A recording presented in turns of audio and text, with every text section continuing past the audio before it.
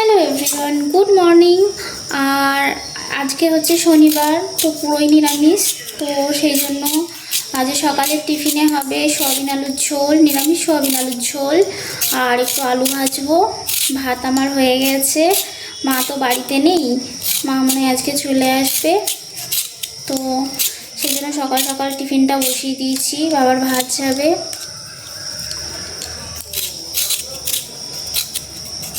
তো এই ভাজার জন্য আলুটা কাটছি এখন। আলুটা আমি আগে এইভাবে ছাড়িয়ে নিলে পরে খুব ভালো হয়, আর বটিতে ছাড়াতে আমার অসুবিধা হয়, সেই জন্যই আলু ছিলনি দিয়ে আমি ছাড়াই। আর সোয়াবিনের আলুটা কাটা হয়ে গেছে, সোয়াবিন ভিজেতে দিয়ে দেওয়া হয়েছে, শুধু মশলাটা করলে হয়ে যাবে। এই যে সোয়াবিনের আলু। কালকে আমার চাউমিন করতে গিয়ে হাতটাই কেটে গেছে, কি আর করবো।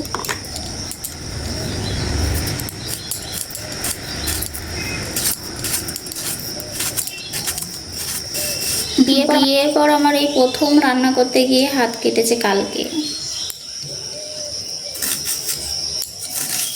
তাও চাকুতে পেঁয়াজ কুচাচ্ছিলাম, তাই হাতটা কেটেছে, নাহলে কাটতো না।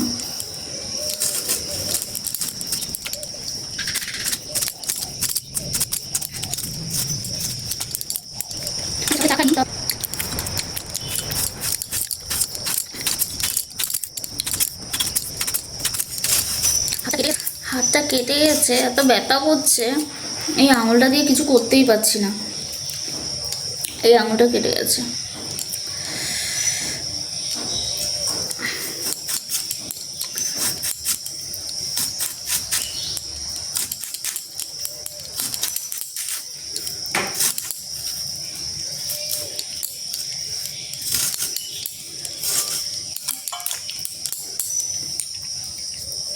আজ সকালবেলা আমি জল খাইনি।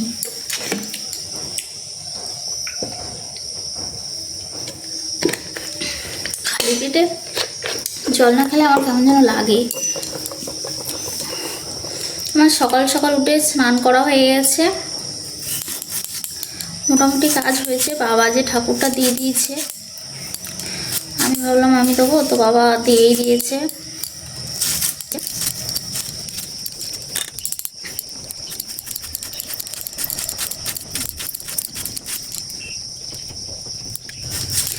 সকালবেলা স্নান করে নিয়েছি। আজ ঠান্ডা, জলটা এত ঠান্ডা লাগছিল, বৃষ্টি হয়েছে, ট্যাঙ্কের জল পুরো ঠান্ডা হয়ে রয়েছে একেবারে।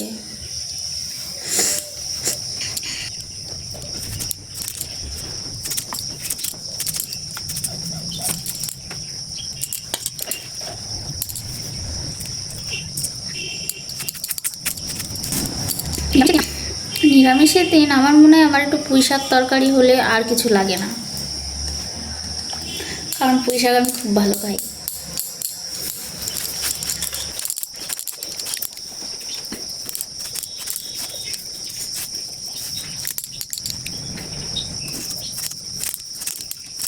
নিয়ে মশলাটা বেটে নিয়ে গ্যাসে দুটো বসিয়ে দেবো, তাড়াতাড়ি হয়ে যাবে।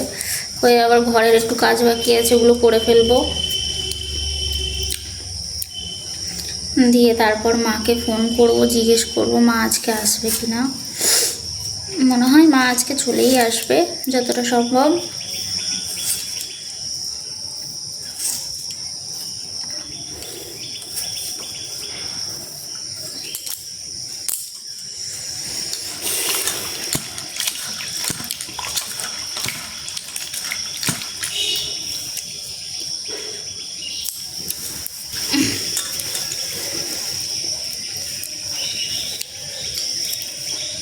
আমাদের চাষের কত কাঁচা লঙ্কা ছিল, আর এখন আমাদের কাঁচা লঙ্কা কিনে আনতে হয়। কালকেও কিনে নিয়ে এসেছি কাঁচা লঙ্কাটা, বলে 15 টাকা শোয়া নাকি লঙ্কা। কি জ্বালা।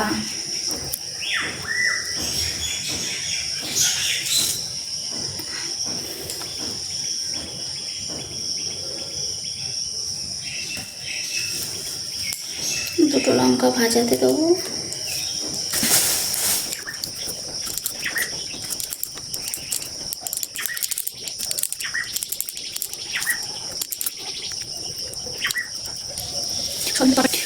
সোয়াবিন আলুর তরকারির জন্য একটু আদাটাও কেটেই উঠি একেবারে।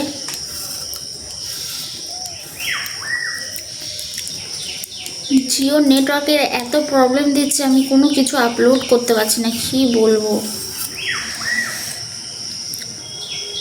এত প্রবলেম দিচ্ছে। এদিকে আমার বরেরটা, তার জিও ভালো চলছে, আমার জিওটাতে এত ডিস্টার্ব দিচ্ছে। কালকে কাস্টমার কেয়ারে কল করলাম, বললো 15-16 দিনের জন্য ওটা হচ্ছে, ঠিক হয়ে যাবে। দেখি 15-16 দিন যাক, তারপরে কি হয়, সিমই চেঞ্জ করে ফেলবো।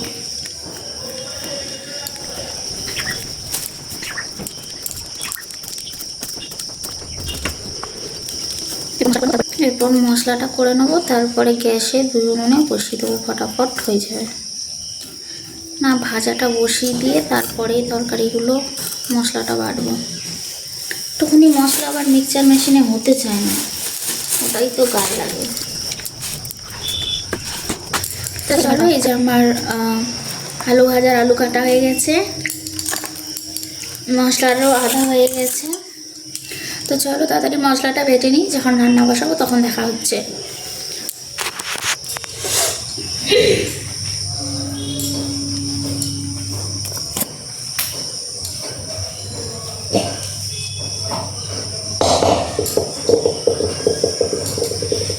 তো চলো রান্নাটা বসিয়ে দিই। একটাতে সয়াবিন আলুর তরকারি বসাবো আর একটাতে আলু ভাজা বসাবো। তো সয়াবিন আলুর আলুটাকে তুলতে হবে।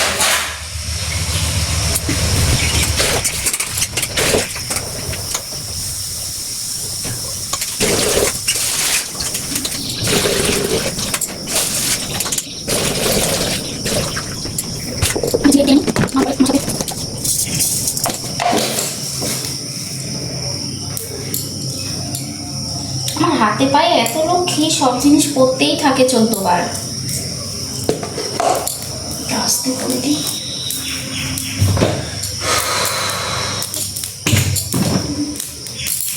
একটু গরম মশলা দিয়ে দিই।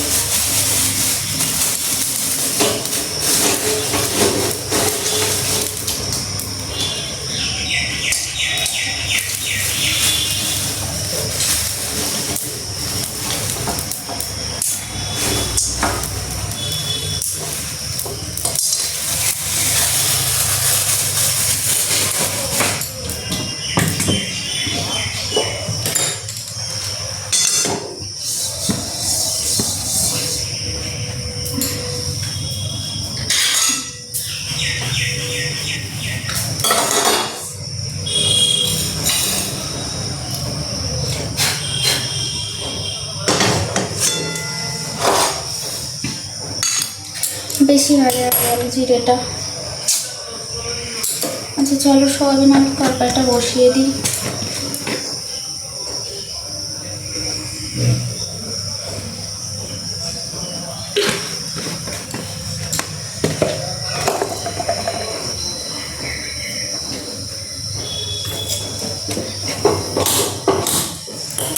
আলু ভাজাটা বসিয়ে দিই, বেলা হচ্ছে অনেক।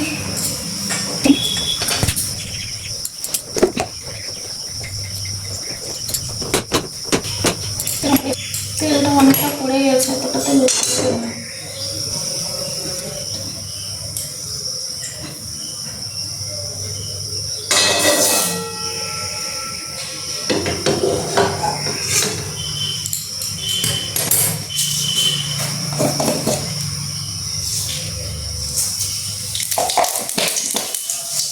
সেটা হলো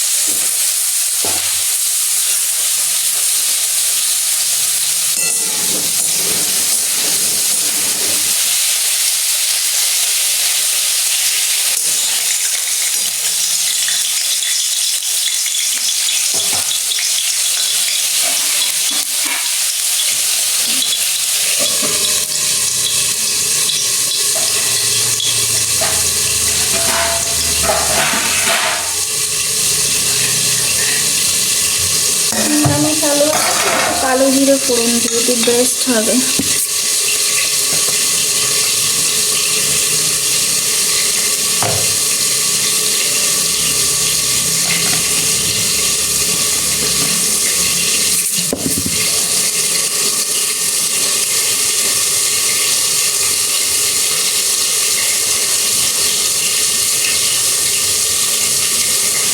আমি সবসময় মাকে দেখতাম বাড়িতে যখন নিরামিষ হতো আলু ভাজা ভাজা, তখন কালো জিরে ফোড়ন দিত।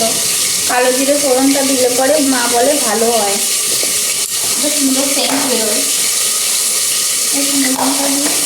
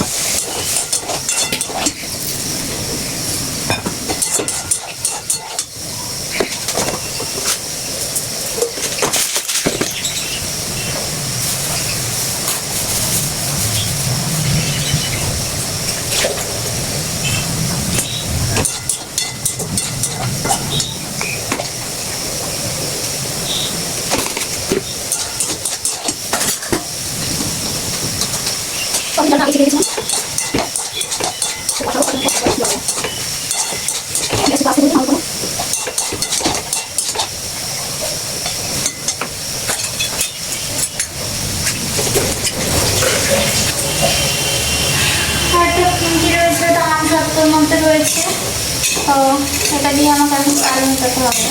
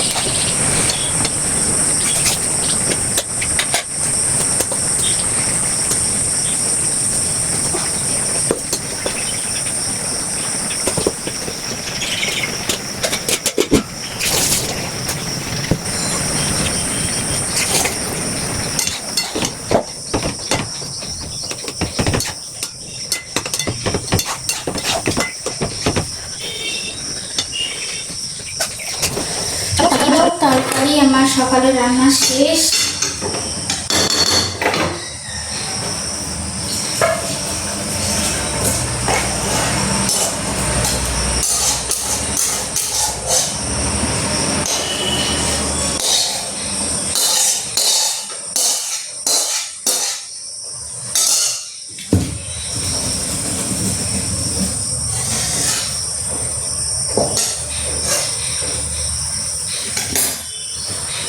এই যে আমার সয়াবিন আলুর তরকারি, আমার রান্না কমপ্লিট। এবার বাবার ভাতটা গুছিয়ে দেবো, আসলে ভাত খাবে, তারপরে আবার ঘরে কাজ করব। তো চলো, দেখা হচ্ছে নেক্সট ভিডিওতে। টাটা।